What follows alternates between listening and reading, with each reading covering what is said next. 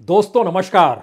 जब सवाल main stream media का था तब सरकार के पास एक बिजनेस मॉडल था।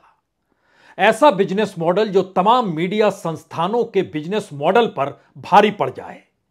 और भारी पड़ने का मतलब बहुत साफ था कि जो कमाई बाजार से किसी मीडिया संस्थान की होती है उसके समानांतर एक बड़ी लकीर मुनाफे की खींच दी जाए और मीडिया संस्थान धीरे धीरे नतमस्तक होते होते रेंगने लगे। उस वक्त सरकार ने सोचा कि हमारा प्रचार होगा। प्रचार खुलकर हुआ। उस वक्त सरकार ने चाहा अब हमारे से कोई सवाल पूछेगा नहीं। सवाल पूछने बंद हो गए। उसके बाद सरकार ने सोचा हमारी योजनाओं को लेकर इतने जोर जोर से ढोल बजाए जाएंगे कि इस देश को लगेगा कि योजनाएं हों तो ऐसी हो। और उसकी अगले कदम में सरकार ने मान लिया कि दरअसल सरकार ही है या फिर सरकार को संभाले हुए जो सत्ता है वही देश है। तो फिर देश, सत्ता, सरकार और मीडिया सब एक साथ एक सरीखे नजर आने लगे। लेकिन अब सवाल किसी बिजनेस प्लान का नहीं है, क्योंकि सोशल मीडिया में कोई बिजनेस प्लान नहीं चलता है।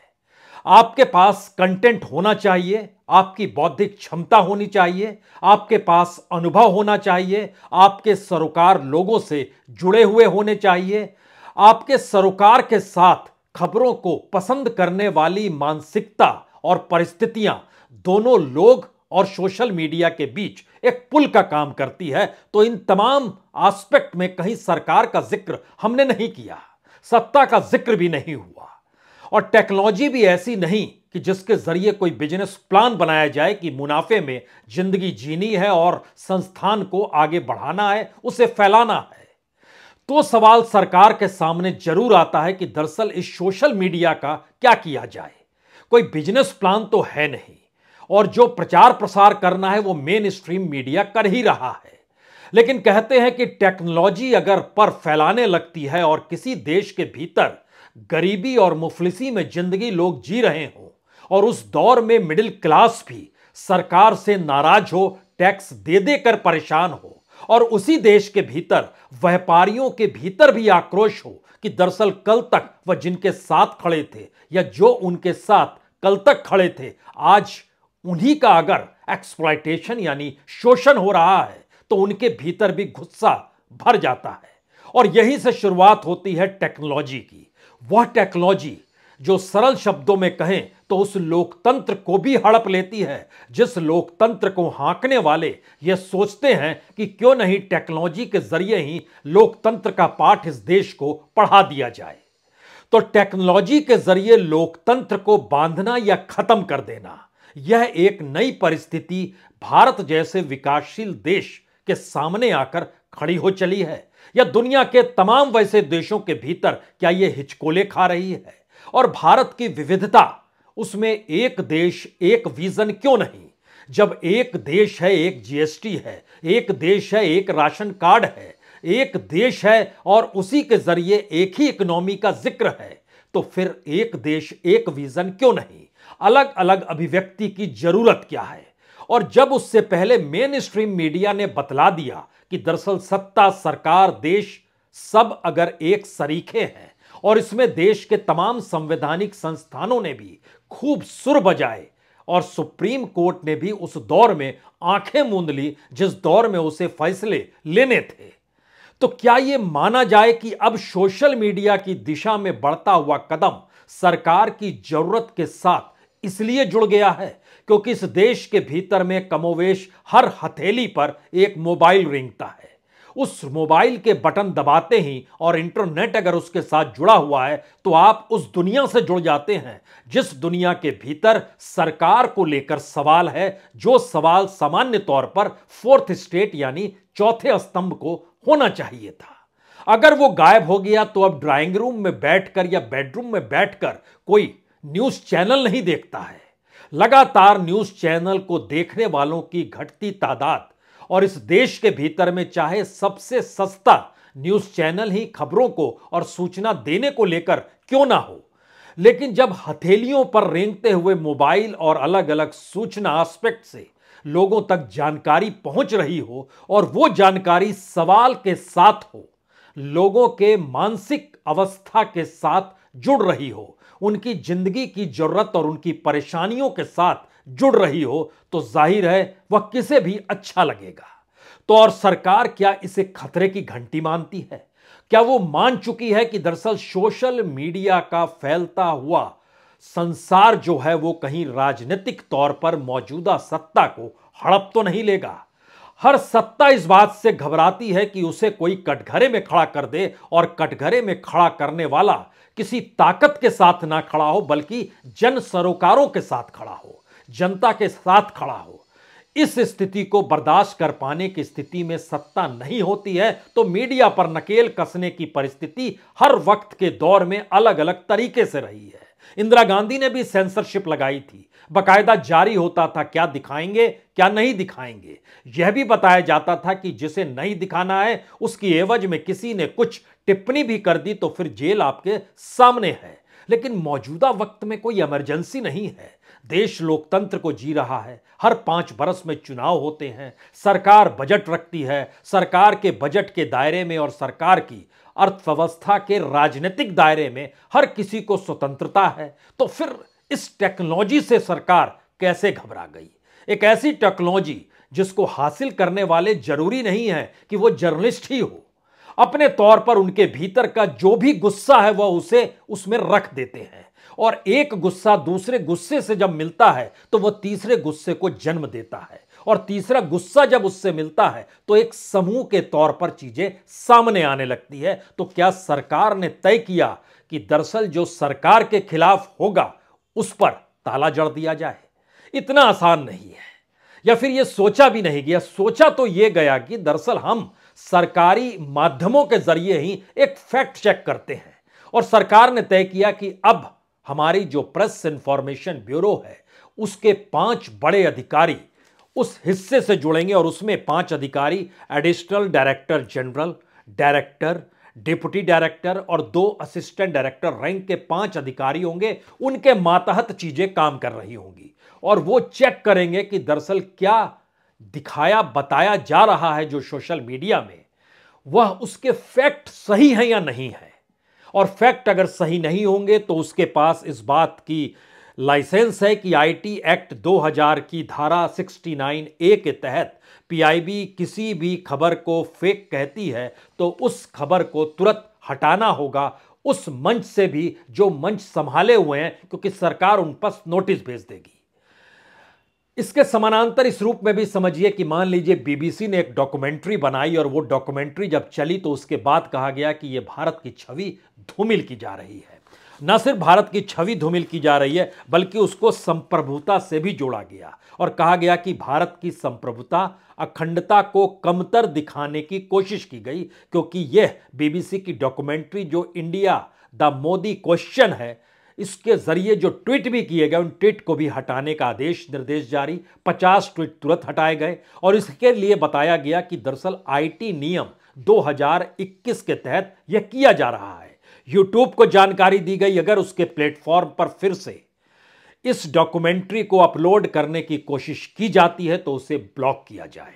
दूसरी तरफ ट्विटर को निर्देश, इसके लिए इसके जो लिंक वाले ट्वीट्स हैं उसकी पड़ताल कीजिए, और उन्हें हटाने का निर्देश जारी कर दिया गया, और पूरी नौकरशाही इस दौर में लग गई। यह एक हिस्सा है जो बीबीसी से चलकर आया, और बीबीसी का मतलब अंतर्राष्ट्रीय तौर पर क्या ये बताने की जरूरत नहीं है, लेकिन बीबीसी एक इस रूप में है जिसमें जनता का पैसा ब्रिटेन में लगा हुआ है, इसीलिए उसकी अपनी स्वतंत्रता जो मीडिया की होती है वो अंतर्राष्ट्रीय तौर पर एक मान्यता प्राप्त है। लेकिन उन्होंने दरअसल जो प्रधानमंत्री मोदी जब गुजरात के मुख्यमंत्री थे और वहां पर जो दंगे हुए, जो गोधरा कांड हुआ, उसके बाद की जो परिस्थिति थी उसको पूरा देश जानता है, ऐसा नहीं है कि छुपा हुआ है। लेकिन उसको डॉक्यूमेंट्री की शक्ल में जब वो लेकर आए तो जाहिर है बीबीसी का मतलब सिर्फ देश नहीं, वो अंतर्राष्ट्रीय तौर पर वह डॉक्यूमेंट्री चले गई। उसका एक हिस्सा जो दिखाया जा चुका है, दूसरा हिस्सा 24 तारीख को आएगा, पहला हिस्सा 17 तारीख को आया, जिस पर यहां पर रोक लगा दी गई। तो तमाम पॉलिटिकल पार्टीज ने कहा यह सेंसरशिप है। किसी ने राजधर्म की भी याद दिलाई कि याद कीजिए अटल बिहारी वाजपेयी आपको राजधर्म का पाठ पढ़ाने गए थे गुजरात में। टीएमसी की तरफ से कांग्रेस ने कहा कि राजधर्म याद कीजिए। टीएमसी ने कहा कि दरअसल यह बहुत साफ तौर पर खुलासा करती है कि किस रूप में प्रधानमंत्री माइनॉरिटीज के खिलाफ है। अब सवाल यह है कि भारत के भीतर हर चीज ट्रांसपेरेंट है। इस देश के भीतर में माइनॉरिटीज को टिकट नहीं देना है, उनको अपनी पार्टी से नहीं चुनने देना है, उनको साथ नहीं खड़े देना है, उनके वोट हमें नहीं चाहिए, हम 80-20 का खेल खेल सकते हैं। यह खुले तौर पर भारत में बताया गया। इसमें बीबीसी की जरूरत नहीं है कुछ, लेकिन बीबीसी अंतर्राष्ट्रीय तौर पर अगर चीजों को प्रभावित कर रहा है तो सरकार की तरफ से कहा गया कि इस डॉक्यूमेंट्री से दुनिया के दूसरे देशों के साथ दोस्ताना संबंध प्रभावित हो सकते हैं। यहां पर हो सकता है आपके जहन में कुछ और बातें आ रही हो। जब गुजरात के मुख्यमंत्री थे तब अमेरिका ने भी वीजा नहीं दिया था, लेकिन जब प्रधानमंत्री बन गए तो प्रधानमंत्री किसी देश का, वो भी भारत जैसे देश का, तो आपको वीजा आप रोक ही नहीं सकते हैं, आपको देना ही पड़ेगा। और प्रधानमंत्री जब मोदी नहीं बने थे उससे ठीक पहले उस वक्त जो बीजेपी के अध्यक्ष राजनाथ सिंह थे वह अमेरिका गए थे और वहां पर गुफ्तगू और बातचीत जो चल रही थी उसमें उन्होंने कहा था आप वीजा रोक लीजिए, लेकिन जिस दिन प्रधानमंत्री बन जाएंगे उस दिन आप वीजा कैसे रोक पाएंगे। यह तंज कसा था अमेरिका पर उस वक्त राजनाथ सिंह ने, और यह फैक्ट है।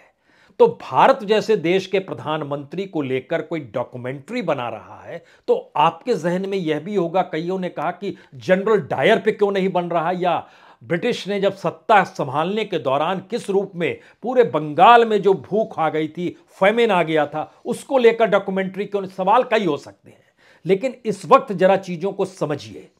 एक तरफ मेन स्ट्रीम मीडिया था, उसके समानांतर टेक्नोलॉजी के जरिए सोशल मीडिया खड़ा हुआ। मेन स्ट्रीम मीडिया का एक बिजनेस मॉडल था, सोशल मीडिया का कोई बिजनेस मॉडल नहीं है। वो टेक्नोलॉजी के आश्रय दुनिया भर में अपनी चीजों को परोसता है। उसमें दिखाए जाने वाले विज्ञापन अंतर्राष्ट्रीय तौर पर जुड़ते हैं जो उस मंच को संभाले हुए होते हैं, और वही चीजें डाइवर्ट होती है।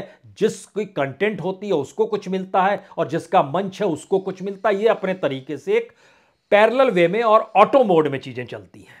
अब सवाल था कि मेन स्ट्रीम मीडिया की तर्ज पर आप सोशल मीडिया को नहीं बांध सकते हैं, लेकिन अगला सवाल यह था तो क्या इसका मतलब यह है कि सरकार को जो भी चीज लगेगी कि वह उसके अनुकूल नहीं है तो क्या यह माना जाए कि वह अपने पीआईबी के जरिए उसकी फैक्ट चेक करके बताएगी कि दरअसल यह सही नहीं है, तो वो बोलेगी फैक्ट ठीक नहीं है, और फैक्ट ठीक नहीं है तो उसके बाद उस पर बंदिश लग जाएगी, रोक लग जाएगी। आप उसको सेंसरशिप नाम देंगे, उसको बंदिश नाम देंगे, ताला लगाना कहेंगे, कुछ भी कह लीजिए।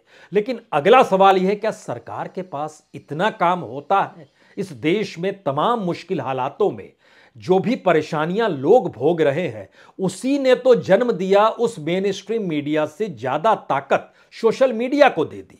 और सोशल मीडिया के भीतर जुड़ता हुआ समूह जो है इस देश में हाशिए पर पड़ा हुआ समूह भी है और कुछ मेन स्ट्रीम से निकले हुए लोग भी हैं। यानी एक ऐसा गुलदस्ता है जो इस देश को रिप्रेजेंट कर रहा है, उसकी अपनी कोई क्लास नहीं है, वो डी क्लास है। दूसरी तरफ मेन स्ट्रीम मीडिया एक क्लास को जीता है। उस क्लास का मतलब पूंजी है, बिजनेस है, मुनाफा है, लाभ है, मलाई है, सत्ता की तमाम चीजें हैं। इन तमाम परिस्थितियों में संघर्ष नहीं है, और संघर्ष जहां पर होगा और टेक्नोलॉजी अगर उसको मदद करेगी तो संघर्ष का पैमाना बढ़ता चला जाएगा। तो इस दौर में जब भारत के सामने इकोनॉमिक क्राइसिस की सिचुएशन, बेरोजगारी को लेकर, महंगाई को लेकर, बैंकों की परिस्थिति को लेकर, एनपीए को लेकर, कर्ज लेकर भागने वाले बिलियनियर्स को लेकर, और बिलियनियर्स के लिए सिस्टम नहीं है तो वो खुद ब खुद भाग रहे हैं, इसको लेकर एजुकेशन सिस्टम चरमराया हुआ है, तो उच्च शिक्षा को लेकर बाहर जाने वाले लोग, इन तमाम परिस्थितियों को जब आप घालमेल करते हैं तो अगला सवाल आता है, यह सवाल कोई उठाता क्यों नहीं है। हमें स्क्रीन पर नजर क्यों नहीं आता है, हमें स्क्रीन पर बाबा ही नजर क्यों आता है, या हमें फिल्म का जिक्र क्यों होने लगता है। और इस बात को लेकर होता है कि देखिए ये फिल्म आ गई, इस फिल्म में ये रंग है।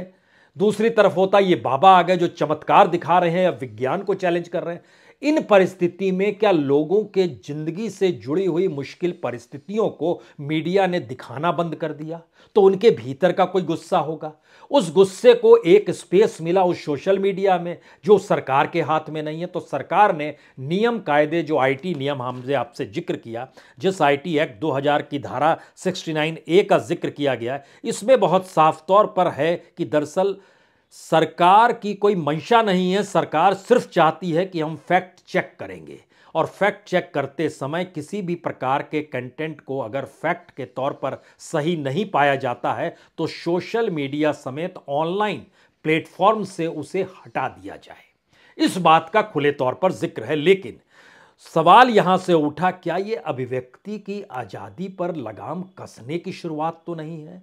या फिर सरकार की मंशा कहीं ऐसी तो नहीं है कि अगर सरकार को कोई भी खबर लगती है कि वह कटघरे में खड़ा कर दिया गया है तो वह कटघरे को तोड़ने से अच्छा उस कटघरे में खड़े करने वाले सोच को ही अपने तौर पर कहे कि इसको हटा दीजिए। इसमें सवाल फैक्ट्स का है या नहीं है?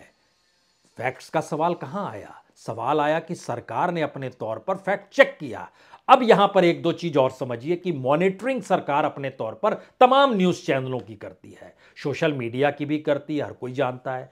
सरकार ने अपने तौर पर बीजेपी के जरिए एक आईटी सेल बनाया हुआ, यह भी हर कोई जानता है। उस आईटी सेल के जरिए जो बड़ी तादाद में नए युवा तबका जो काम कर रहा है, जो अलग अलग न्यूज चैनलों पर देखता है, और दूसरी तरफ सरकार की अपनी संस्था प्रेस इंफॉर्मेशन ब्यूरो है।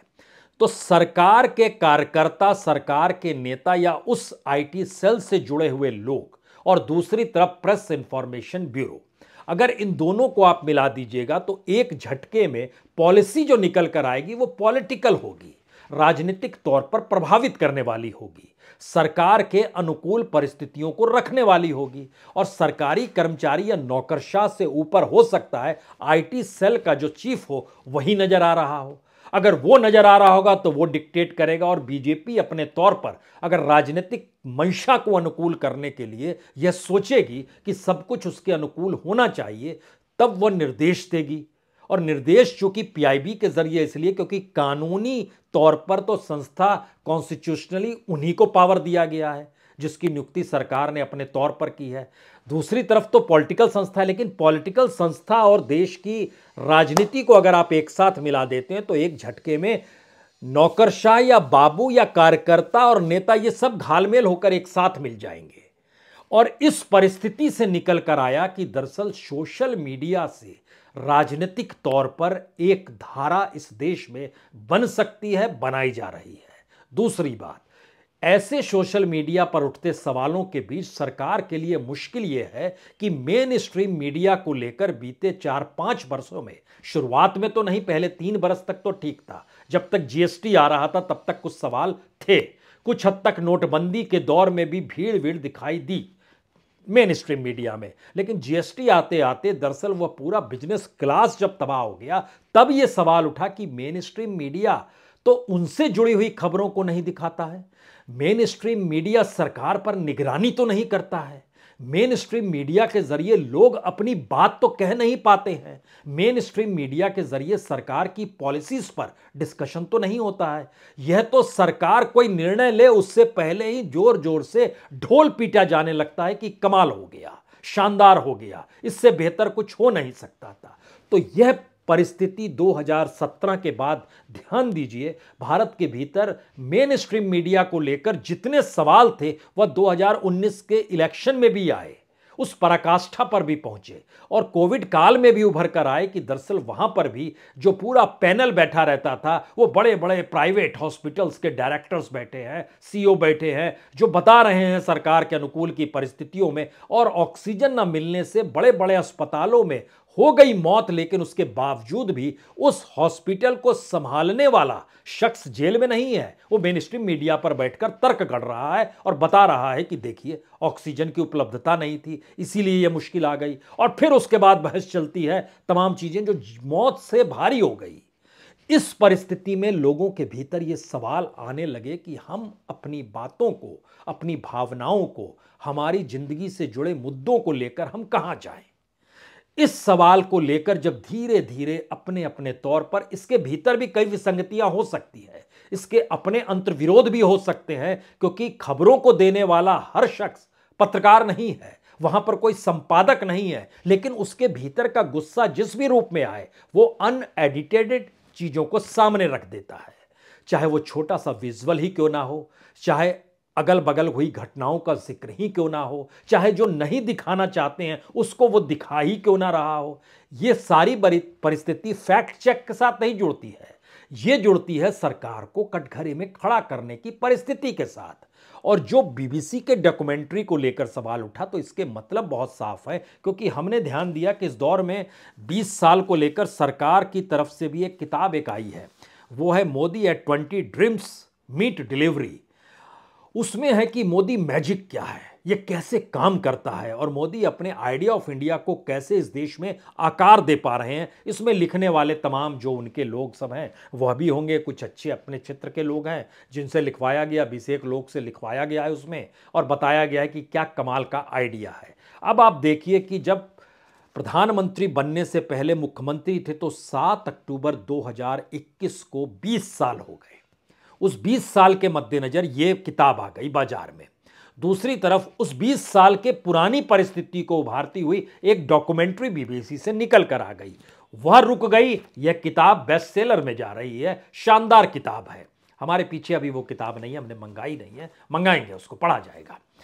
लेकिन इन सारी परिस्थिति में यानी जो हमारे अनुकूल होगा वह प्रोजेक्टेड होगा, दिखाया जाएगा। जो अनुकूल नहीं होगा वो फैक्ट चेक में फेक माना जाएगा, गलत माना जाएगा, खारिज किया जाएगा। तो भारत के भीतर की लोकतांत्रिक परिस्थितियों में हो सकता है बहुत सारे लोग सेंसरशिप शब्द लाएं, हो सकता है बहुत लोग अभिव्यक्ति की आजादी शब्द को लाएं, लेकिन एक सवाल इन सब से हटकर है। किसी भी देश की विकास को अगर उसकी उस जमीन पर वह आजादी और स्वतंत्रता नहीं होगी जहां पर उस जमीन पर खड़ा व्यक्ति, किसी के पांव में हो सकता है जूते हों लेकिन कोई नंगे पांव भी तो होगा, किसी के पांव में हो सकता है शानदार लाल कालीन नीचे बिछी हो लेकिन किसी के पांव खून से भी तो सने हो सकते हैं। इस देश के भीतर में असमानता सबसे बुरी स्थिति में अपने इतिहास के उस मुहाने पर आकर खड़ी है जो इससे पहले कभी नहीं था। तो जिनके पांव लहूलुहान है, जिनके हाथों में छाले पड़े हैं, माथे पर पसीना टपटपा रहा है, पेट खाली है, पीठ और पेट एक सरीखा नजर आ रहा है, उनसे जुड़े सवालों को लेकर अगर कोई परोसे इस बात के जरिए कि बीते 8-9 बरस में क्या हुआ, तो ये फैक्ट चेक के तहत क्या इसे खारिज कर दिया जाएगा? और सरकार जहां जहां कटघरे में खड़ी नजर आएगी, क्या वो फैक्ट चेक के जरिए उस पर बंदिश लग जाएगी? ये सेंसरशिप और अभिव्यक्ति की आजादी से आगे की परिस्थितियां हैं, क्योंकि कानूनी तौर पर देश के भीतर कोई भारत में इमरजेंसी नहीं लगी है, राष्ट्रपति ने कोई हस्ताक्षर नहीं किए हैं। ये एक सामान्य सी परिस्थिति को उस मानसिक अनुकूल में लाकर खड़ा कर देना कि यही इस देश की धारा है, यह बहुत खतरनाक परिस्थिति में देश की अभिव्यक्ति है, देश की परिस्थिति है। बहुत बहुत शुक्रिया, बहुत बहुत शुक्रिया।